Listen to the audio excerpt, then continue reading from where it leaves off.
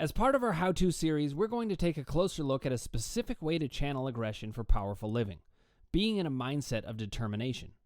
In this episode, I will help you develop a new way to think about anger as fuel for motivation. We'll consider what it takes to make the commitment to stay determined. We'll find out what challenges you might face in staying determined, and recognize why anger is potentially the most key ingredient for being in the proper mindset for determination. If you haven't already, click subscribe, ring the bell for notifications, hit like if you like what you're hearing, and put your comments below and we'll get back to you personally. And finally, you can reserve your place in one of my seminars or purchase any of my mind-body guides, also known as the PDFs, at www.crushingdoubt.org. Now, without further ado, let's discuss an aspect of the how of channeling anger in the mindset of determination. In a recent session, a client of mine was noting how angry she was all the time of late, and my idea of channeling anger came up. She asked me how to do this, and while this would make for its own great episode, I wanted to share more a specific way that we came to channel her anger in a way she found to be quite useful in organizing. As many of my viewers and listeners will know, I see anger as fuel. It is the thing that creates movement once we are using it well. But if we aren't using it, it leads to stagnation, and more anger builds. Anger can fuel many things if seen in the right light, and one of these is to see it as motivation. It's hard enough to tackle the challenges of life without feeling motivated to do so. But it also isn't very realistic to think that we are always going to be motivated by one source. You might find yourself feeling very excited about a particular goal and even taking a lot of action on it. Sometimes that motivation doesn't lessen a whole lot at all, which is great. But if your motivation level gets diminished, anger is a new source of fuel upon which you can fall back. That being said, motivation is a bit too general of a term for what I was looking for in this session. As always, the more specific the language, the better our understanding is, and the better the action step of thinking that follows. What occurred to me is that she was more generally motivated, but it wasn't translating fully into action, and her anger was building for this reason, among all the others she had to be angry. She's raising young kids, she's in a pandemic, she has financial frustrations, she's looking for a new career, and many more. So I did my usual thing. I asked questions. What was holding her back from making the changes she needed, aside from the external obstacles, which we often can't remove entirely, but must work around? Between this question and the specific word I was in search of, it hit me. Determination. I've talked about the will to beat mind-body symptoms as an important element of getting better in the column work, and indeed it is. In fact, I would say that there are few things that rival the loss of determination in what ends up holding people back from full recovery and mastery over the symptoms. Other factors that interfere at that level include higher levels of fear or doubt, a struggle to have certainty in any area of life that extends to the symptoms, or a focus on the wrong part of the problem, which I'll speak to in a minute or two. I have seen it time and again. People grasp the system, have the knowledge, but become daunted by the task. And that's where they lose their determination. But whether the task is changing careers, changing a relationship in some way, or mastering symptoms, determination is often needed. This means having a commitment towards having an unbreakable will. You'll have plenty of moments of doubt or even despair, but in true determination, these times are a known factor in what you will face.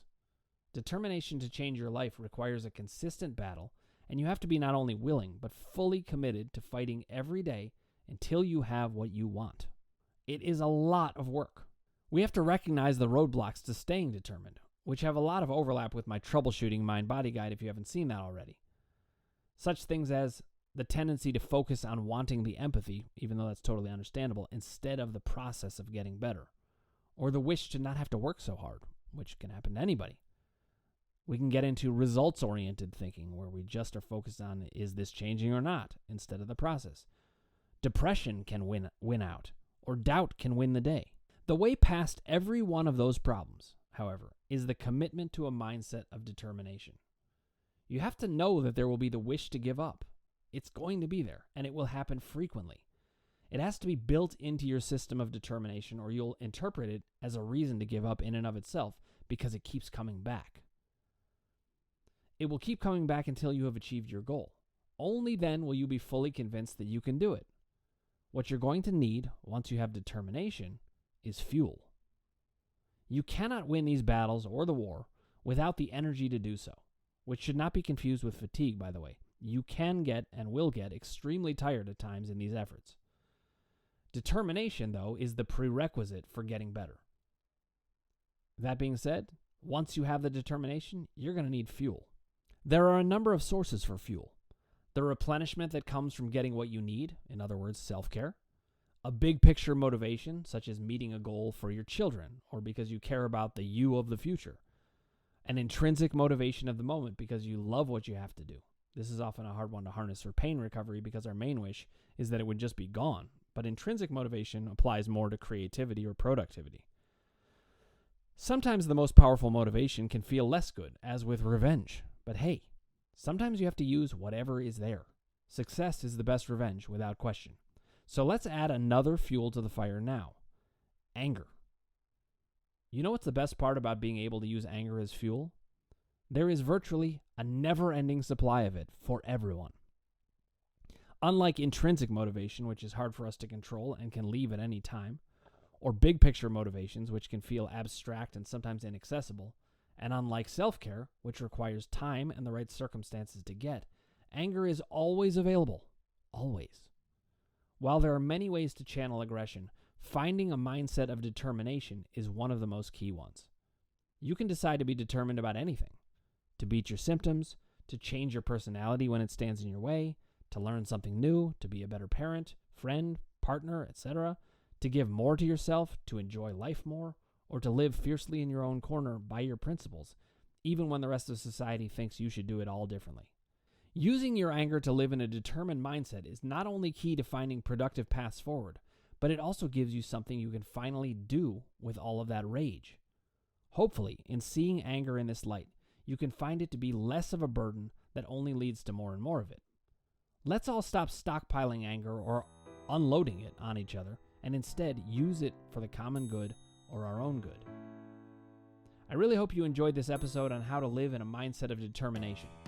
If you haven't already, click subscribe, ring the bell for notifications, hit like if you like what you're hearing, and put your comments below, and we'll get back to you personally.